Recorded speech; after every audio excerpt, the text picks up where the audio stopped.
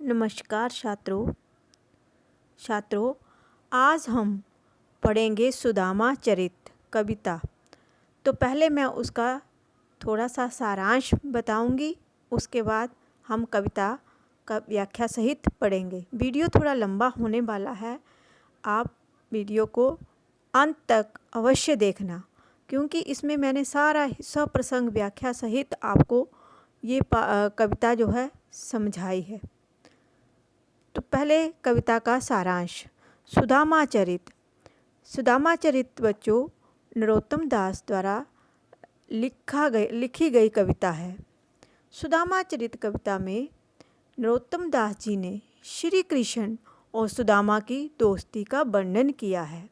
उन्होंने कविता में बताया है कि सुदामा जी अपनी गरीबी और बदहाली से तंग आकर अपने परम मित्र श्री कृष्ण से मदद मांगने जाते हैं। वहाँ उनकी हालत देखकर द्वारपाल उन्हें महल में घुसने नहीं देते। फिर जब श्री कृष्ण को उनके आने का पता चलता है तो दौड़े चले जाते हैं और अपने आंसुओं से सुदामा जी के पैर धुलाते हैं। फिर श्री कृष्ण सुदामा जी की पोटली से चावल खा लेते हैं और उन्हें उलाहना देते हैं कि कैसे एक बार बचपन में सुदामा उनके हिस्से के चने खा गए थे। इस तरह खूब आदर सत्कार करके प्रभु सुदामा जी को विदा कर देते हैं। लौटते समय सुदामा जी को दुख होता है कि श्री कृष्ण ने उन्हें बिना कुछ दिए ही विदा कर दिया। मगर जब वो वहाँ अपने गांव पहुँचते हैं तो उन्हें अपनी झोंपड़ी की जगह आलीशान महल मिलता है। इसे देखकर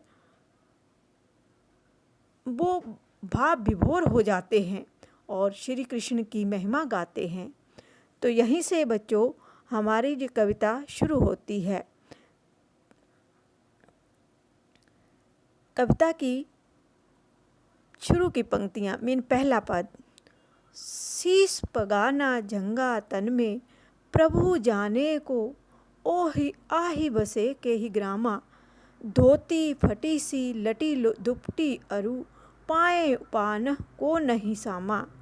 द्वार खड़्यो द्विज दुर्लभ दुर्बल एक रह्यो चकिसो वसुधा अविरामा। पूछत दीन दयाल को धाम बतावत अपनो नाम सुदामा।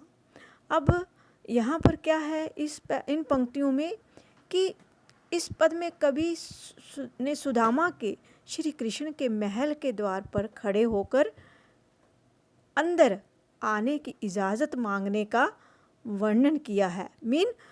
अब सुदामा जी जो हैं वह श्री कृष्ण के द्वार पर आ गए हैं, परंतु इससे पहले भी एक स्टोरी है, क्योंकि सुदामा जो है बच्चों अपने आप श्री कृष्ण के पास नहीं आते हैं, क्योंकि वह अपनी पत्नी से श्री कृष्ण के बारे में बातचीत करते रहते हैं।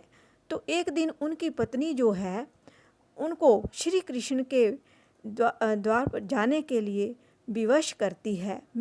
वो उनको ज़बरदस्ती अपने दोस्त से मिलने के लिए भेज देती है, क्योंकि उनके मन में है कि उनका दोस्त जो है उनको उनकी मदद ज़रूर करेगा।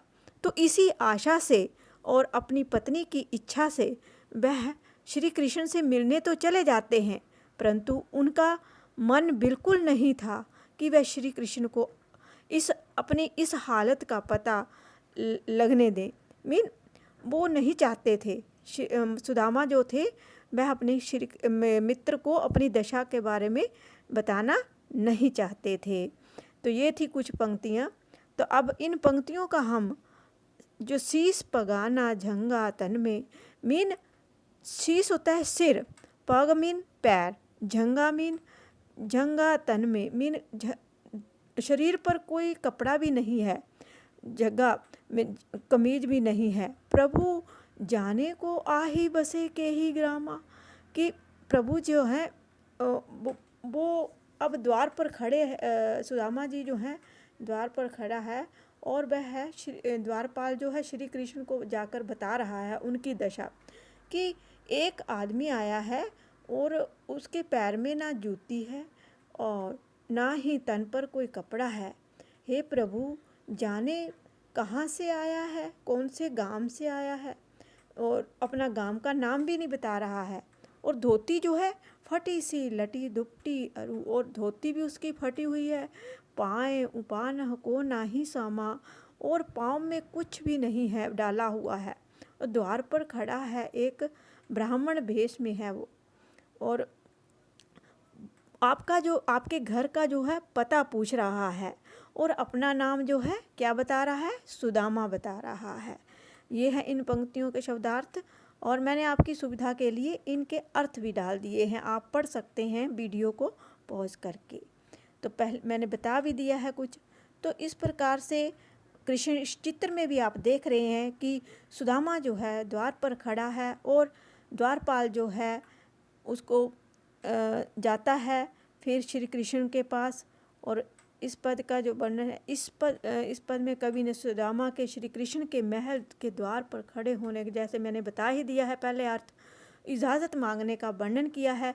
श्री कृष्ण का द्वारपाल आकर उन्हें बताता है कि द्वार पर बिना पगड़ी बिना जूतों के एक कमज़ोर आदमी फटी सी धोती पहने खड़ा है।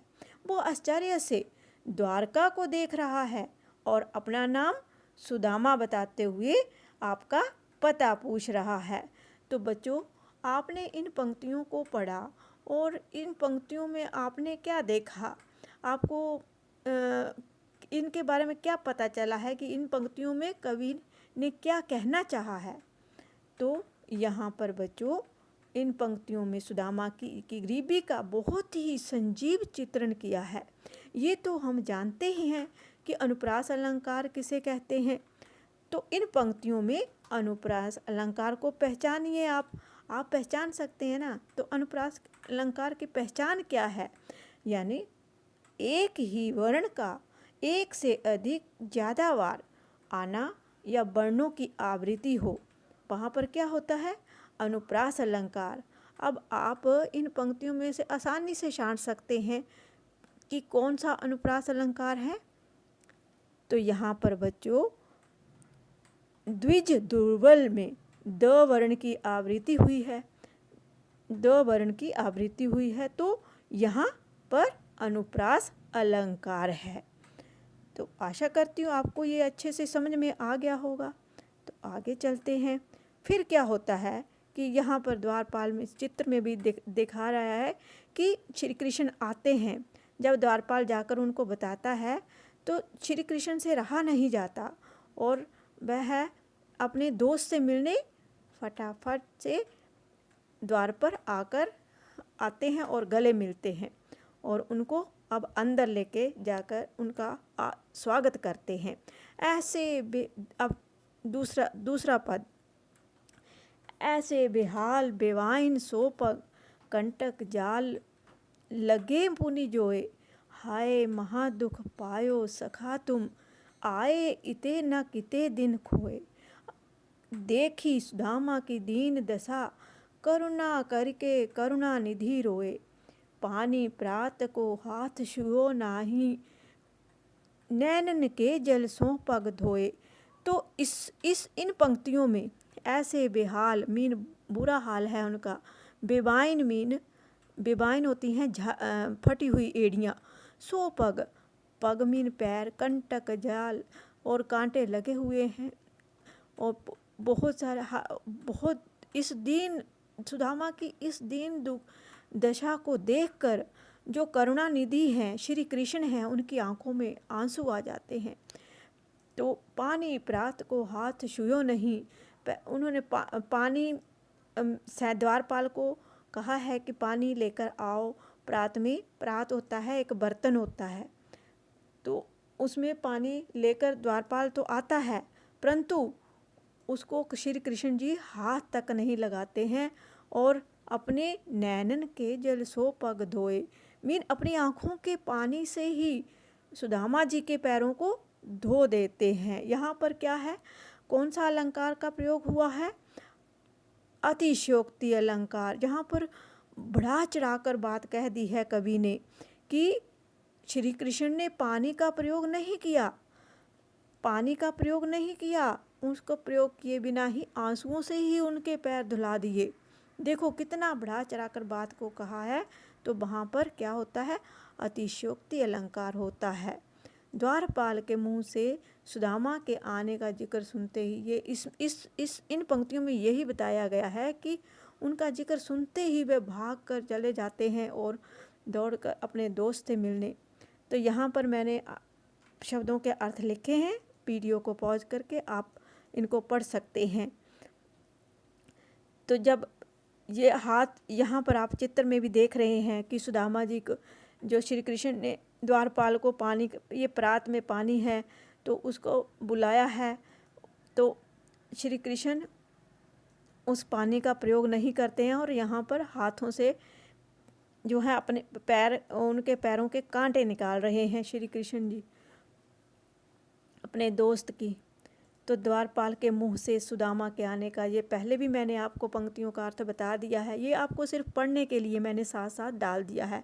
आप खुद वीडियो को पॉज करके इसको पढ़ सकते हैं कि द्वारपाल के मुंह से सुदामा के आने का जिक्र सुनते ही श्री कृष्ण दौड़कर उन्हें लेने जाते हैं।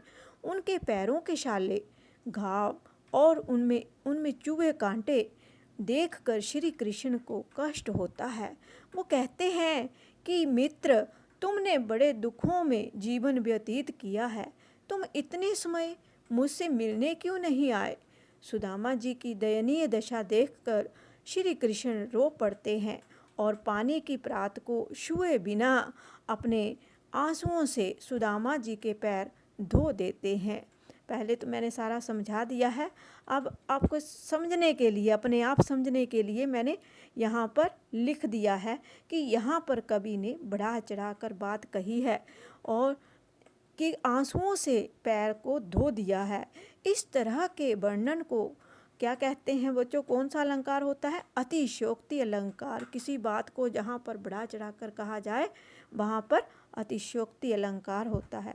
तो इन पंक्तियों में कहाँ पर है ये? बेहाल बबाइन, दीन दशा, करुणा करिका, करुणा निधि, इन तीनों वर्णों में ही की आवृत्ति हुई है। और यहाँ पर कौन सा अलंकार है? अनुप्रास अलंकार। तो अतिशयोक्ति अलंकार का प्रयोग कहाँ हुआ है? पानी प्रात का हाथ छुयो नाही, नैनन के जल सो पग धोए। यहाँ पर अतिशयोक्ति अलंकार है। इन पंक्तियों में बढ़ा चढ़ाकर बात कही गई है। ठीक है, आशा करती हूँ कि आपको ये लेसन अच्छे से समझ में आ रहा होगा। यहाँ पर श्री कृष्ण जो है वह सुदामा से बात करते करते उनकी जो आभाव व्यक्त करते हैं और उनकी नज़र जो है सुदामा जी की पोटली पर पड़ती है। तो ये पोटली है और अब श्री कृष्ण क्या कहते हैं सुदामा जी से, नेक्स्ट पैराग्राफ में देख। कछु भाभी हमको दियो, सो तुम काहे ना देत, चांपी पोटरी कांख में रहे कहो कहे हेत, आगे चना गुरु मातु दयते, लय तुम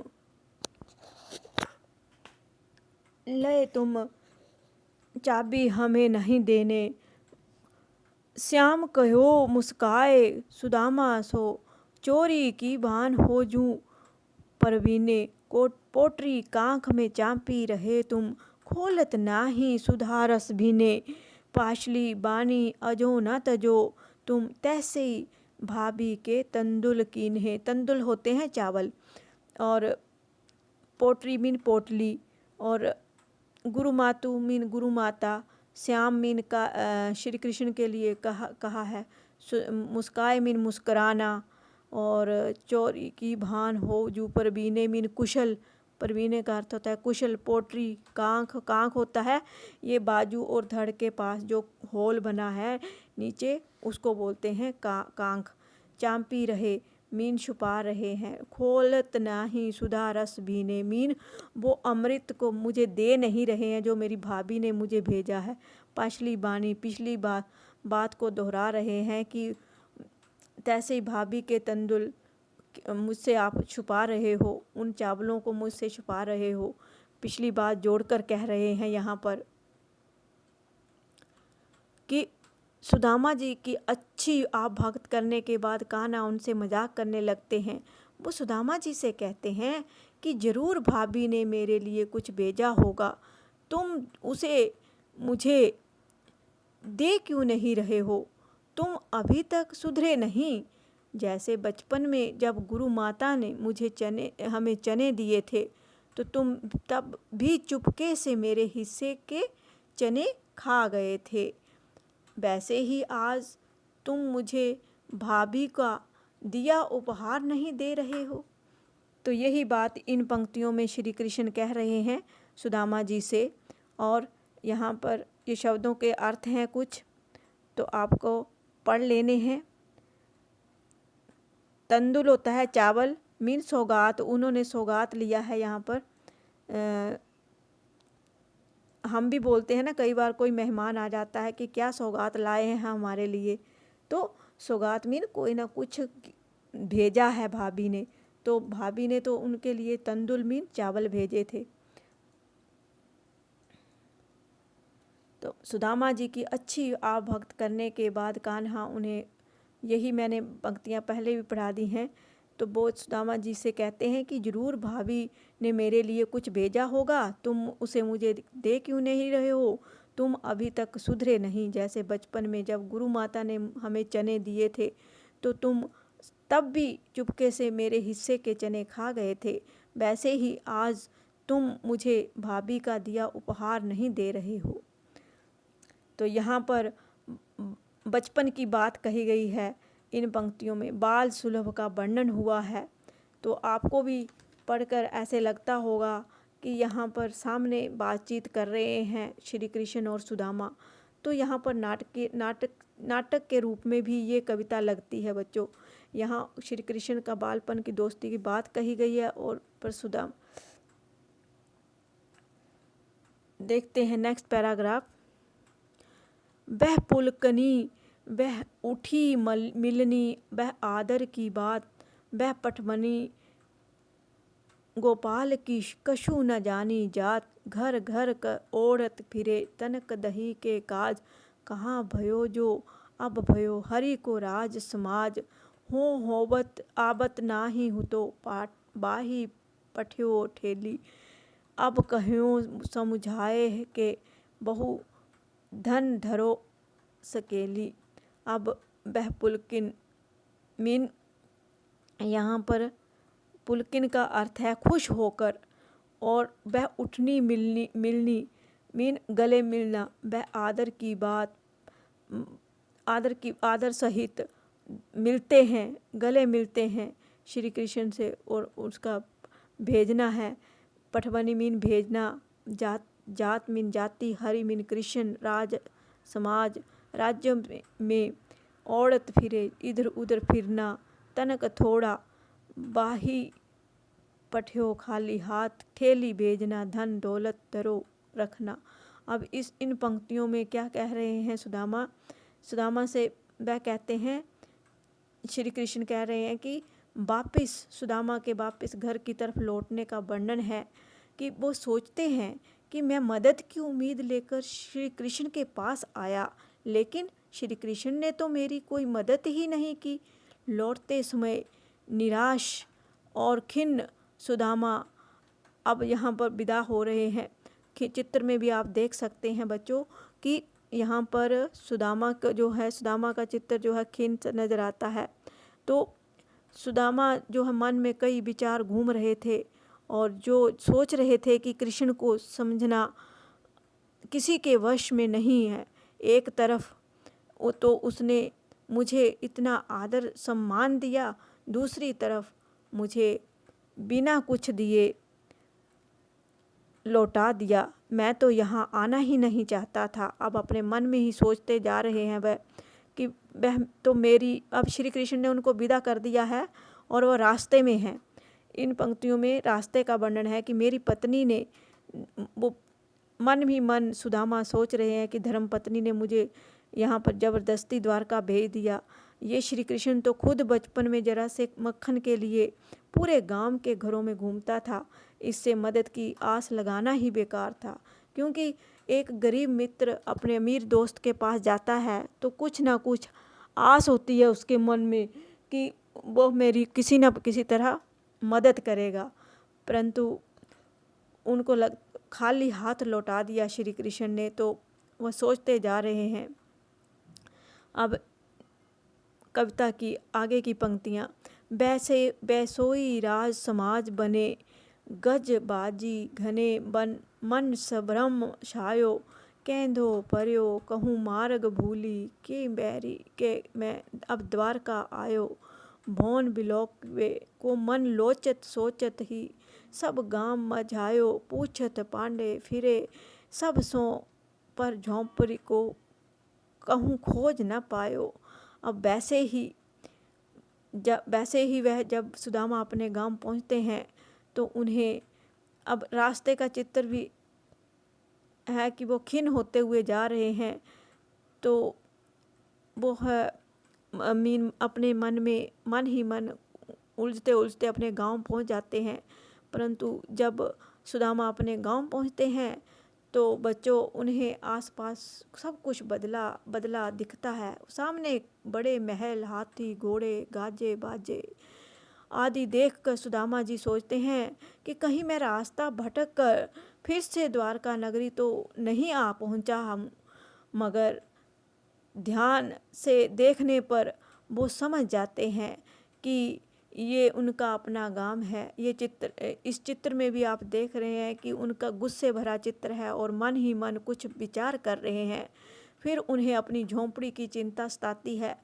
वो बहुत सारे लोगों से पूछते हैं कि मगर उनको जो है अपनी झोंपड़ी को ढूंढ नहीं पाते। तो सुदामा जो है खींचकर पहुंच जाते हैं अपने गांव और अपनी झोंपड़ी को वहां पर ढूंढ नहीं पा रहे हैं। तो इसमें सुदामा के बिना कहे आप जान ही गए होंगे बच्चों की इन पंक्तियों में किसका वर्णन हुआ है।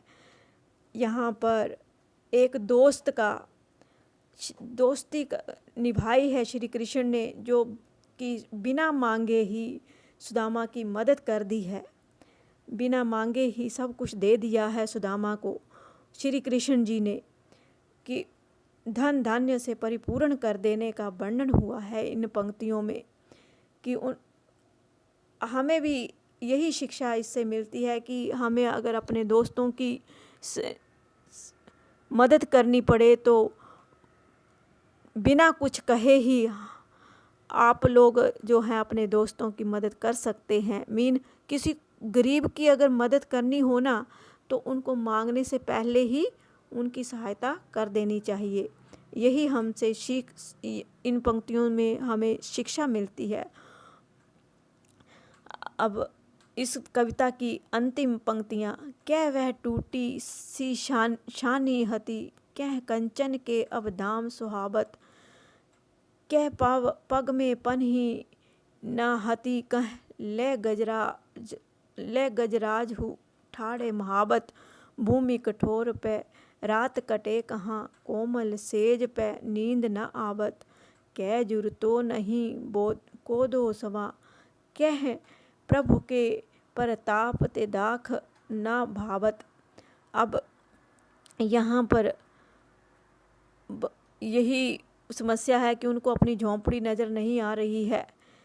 तो शानी मीन झोंपड़ी और कंचन मीन सोना, कंचन सोने और धाम मीन महल, पन्ही मीन जूता, गजराज हूँ हाथियों, गज होता है हाथी, हाथियों के ठाट बाट, भूमि जमीन होती है, भूमि का अर्थ है जमीन, कठोर मीन कठोर सख्त, हार्ड गुजरती पे रात कटे मीन कहाँ हार्ड भूमि पर सोते थे, अब क्या हो गया है कि सॉफ्ट कोमल बेड पर भी नींद नहीं आवत है। नहीं कोदी। अब यही कह रहे हैं सुदामा जी, श्री कृष्ण की महिमा का वर्णन हुआ है इन पंक्तियों में कि समझ आती है तो वह उनकी महिमा गाने लगते हैं। वो सोचते हैं कि कहाँ तो मेरे सिर पर टूटी झोंपड़ी थी, अब सोने का महल मेरे सामने खड़ा है। कहाँ तो मेरे पास पहनने को जूते नहीं थे, अब मेरे सामने हाथी की सवारी लेकर महावत खड़े हैं। कठोर ज़मीन की जगह मेरे पास नरम बिस्तर है, मीन सॉफ्ट बेड है मेरे पास, अब सॉफ्ट बिस्तर है। पहले मेरे पास 2 वक्त खाने को चावल भी नहीं होते थे, अब मन चाहे पकवान है। ये सब प्रभु की कृपा से ही संभव हुआ है, उनकी लीला अपरंपार है। यहाँ पर श्री कृष्ण की लीला का गुणगान किया है सुदामा जी ने इन पंक्तियों में। तो भाषा की बात है तो बच्चों, इस कविता की भाषा जो है वह ब्रज भाषा में लिखी गई कविता है और अलंकारों का प्रयोग हुआ है। अलंकार मैंने आपको बता दिया, 2 अलंकारों का प्रयोग हुआ, अनुप्रास और अतिशयोक्ति अलंकार। कथात्मकता व नाटकीयता है। इसका अर्थ है कि आपको लगा होगा कि ये एक नाटक है तो ये कविता है मगर नाटक के रूप में लिखी गई है। ऐसा लगता है कि हम कोई नाटक एक स्टेज पर कर रहे हैं, एक सुदामा का करैक्टर, और कई बच्चे जो हैं इसको नाटक के रूप में अपने अपने स्कूलों में करते हैं। तो आशा करती हूँ कि आप में से भी कुछ बच्चे जो हैं जब स्कूल लगेंगे, तो अभी तो कोरोना का टाइम है, परंतु कोरोना से पहले भी बच्चे नाटक करते थे और कोरोना जब चला जाएगा तो उसके बाद भी आप कहीं भी इस नाटक का प्ले कर सकते हैं रंग स्टेज पर। तो और यहाँ पर भक्ति रस मीन श्री कृष्ण की और सुदामा जी श्री कृष्ण के भक्त हैं, तो भक्ति रस का भी यहाँ पर वर्णन हुआ है। नरोत्तम दास कवि जो हैं वो भी भक्त कवि हैं श्री कृष्ण जी के, तो उन्होंने भक्ति रस में ये कविता लिखी है। तो आशा करती हूँ कि आपको ये जो कविता है अच्छे से समझ में आई होगी। तो आप जो है इसको पढ़ लेना और समझ लेना, और वीडियो को लाइक और शेयर ज़रूर कर देना। Thanks for watching. प्यारे बच्चों, जिन्होंने मेरे चैनल को अभी तक सब्सक्राइब नहीं किया है, मेरे चैनल को सब्सक्राइब कर दें ताकि आपको मेरे आने वाली वीडियो का नया नोटिफिकेशन मिल सके। लाइक और शेयर भी जरूर कर देना।